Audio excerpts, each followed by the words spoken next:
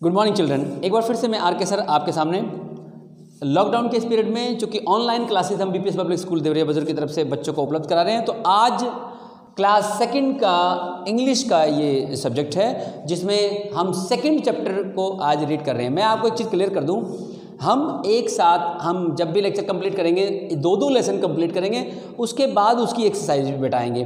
तो जब भी आपको पढ़ाया जाए तो आप उसको पॉज करके अच्छे से सुनेंगे। तो आज आपका जो सेकंड क्लास का चैप्टर है राज एंड हिज थिंग्स, ये सामने मैंने लिख दिया है। इस चैप्टर की मेन बात क्या है कि हम इसमें चीज़ों के बारे में बात करेंगे। हमारे आसपास की कौन चीज़ें हैं, टेबल है, फैन है, चेयर है, आपके घर में भी जो भी आसपास की, आपका बेड है, पेंसिल है, आपके बाउल्स है, ठीक है, आपका टैप है, चीज़ों के बारे में आज हम नॉलेज लेंगे। इसलिए लिखा है राज एक लड़के का नाम है, हिज थिंग्स उसकी वस्तुओं के बारे में आज हम बात करेंगे। तो एक कन्वर्सेशन इसके अंदर है जो मैं पढ़ूंगा, आपको एक्सप्लेन करूंगा। शुरू में इसमें एक स्टार्टेड वर्ड दिया हुआ बेटा, स्टार्टर का मतलब ये कि इसको शुरू करने से पहले आपको बता देता है इस चैप्टर में क्या क्या आएगा। जैसे इसमें लिखा हुआ है, मैं बता देता हूँ, this lesson is about things, ये लेसन थिंग्स के बारे में है बेटा, या things are the object that you own. Things वो चीज़ें हैं जो आपकी अपनी होती हैं, जो आपके पास होती हैं। आगे एक यहाँ पे एक लाइन में बेटा ना लिखा हुआ है, name 5 things you put in your school bag. कह रहा है 1 2 3 4 5 ऐसे लिखा हुआ है, स्पेस दिया हुआ है, 1 के बाद स्पेस, 2 के बाद स्पेस, 3 के बाद स्पेस, 4 के बाद स्पेस, ये 5 ऐसे डिजिट में लिख के स्पेस दिया हुआ। उसने कहा है नेम 5 थिंग्स, ऐसी 5 चीज़ों के नाम लिखने हैं जो आप अपने स्कूल बैग में रखते हैं। मैं एक थोड़ा सा हिंट दे देता हूँ आपको। आप स्कूल बैग में क्या रखते हैं? लंच बॉक्स रखते हैं। आप स्कूल बैग में क्या रखते हैं? अपनी मैथ की कॉपी रखते हैं। इस तरह से 5 ऐसी चीज़ों के बेटा यहाँ पे नाम लिख देने हैं। चलिए शुरू करते हैं कन्वर्सेशन के साथ। अब यहाँ देखिए, इस जब आप पढ़ेंगे कैसे, यहाँ पे कुछ नाम लिखे हैं बेटा। इसका मतलब यह है, जब यहाँ नाम लिखा है राज, तो राज के आगे जो भी लाइन लिखी है इसका मतलब वो लाइन राज बोल रहा है। उसके बाद नीचे लिखा हुआ है रीना, तो उसके बाद राज जब बोल लेता है तो रीना आगे क्या बोलती है ये, तो मैं ऐसे आपको बताता चलूँगा। पहले लिखा है राज कहता है इज़ दिस योर बैग।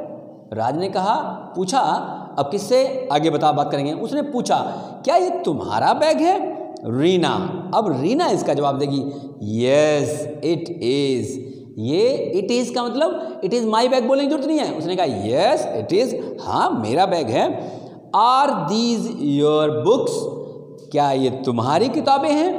अब उसने सारी बात पूछी है, रीना तुम्हारी किताबें हैं। अब राज जवाब दे रहा है, no they are not mine, वो मेरी किताबें नहीं हैं। पहले राज ने सवाल किया is this your bag, Reena ने क्या जवाब दिया, यस इट इज, मेरा बैग है, बैग तो मेरा है।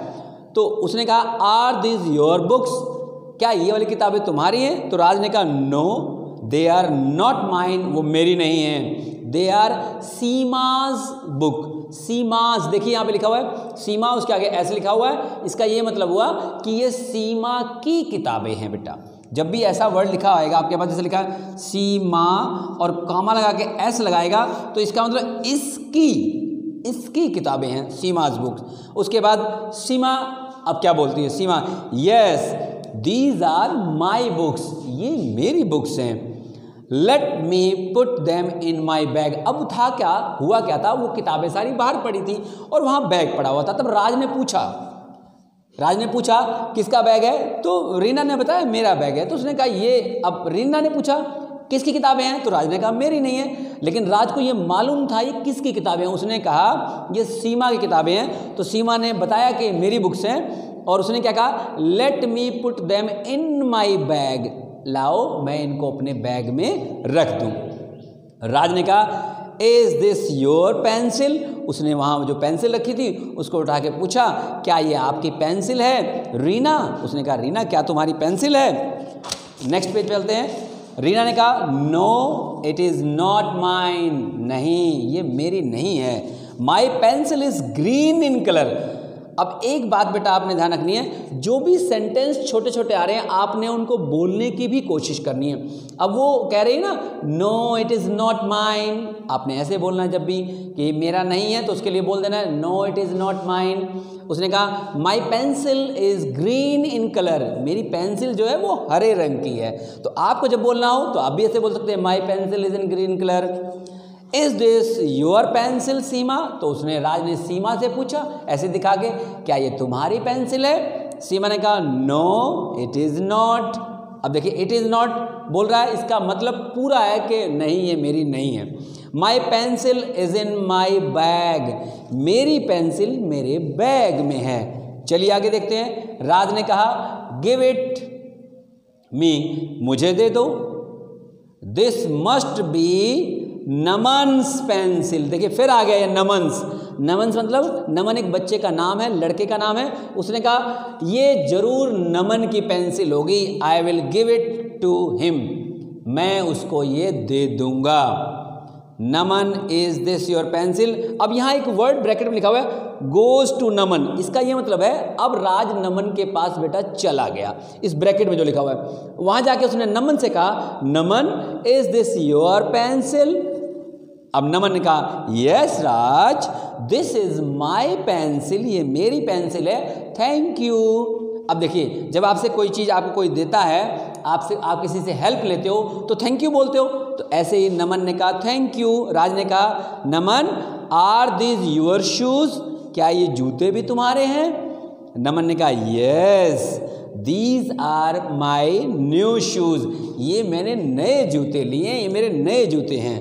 राज ने कहा वियर देम, वियर माने बेटा होता है पहनना, WEAR, तो आप इसको लिखेंगे WEAR, वियर। वियर माने होता है पहनना।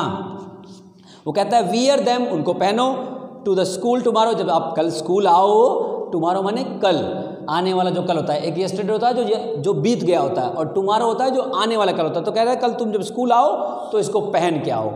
तो इस तरह से आज हमने इस चैप्टर में राज एंड हिज थिंग के बारे में पढ़ा। आप ये जानने की कोशिश कीजिएगा बेटा किन किन चीज़ों के बारे में बात की। मैं थोड़ा सा रिवाइज कर दूं। देखो उन्होंने बुक्स के बारे में बात की, उन्होंने बैग के बारे में बात की, उन्होंने पेंसिल के बारे में बात की, उन्होंने शूज़ के बारे में बात की, ये सारी चीज़ों के बारे में बात की। और यही थिंग्स हैं बेटा, ये वस्तुएं हैं। तो इस लेसन में उन्होंने बहुत सारी वस्तुओं के बारे में बात की। आपको काम क्या करना है, जितनी भी वस्तुओं के बारे में उन्होंने बात की आप उन सब को अंडरलाइन करके अपनी फेयर कॉपी में ज़रूर लिखेंगे। कल हम आपका नया चैप्टर शुरू करेंगे। तब तक के लिए इस लॉकडाउन के पीरियड में अपने घर पे बने रहिएगा। इसी के साथ मैं RK सर आपसे विदा लेता हूँ, बहुत सारे हैप्पीनेस के साथ, खुशियों के साथ। Thank you, have a nice day.